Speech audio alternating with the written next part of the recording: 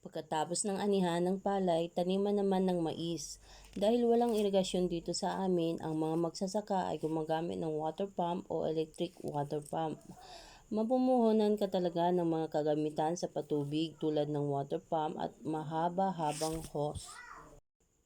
Ipapakita ko sa inyo kung gaano kahaba ang ginagamit naming hose para sa patubig ng mais.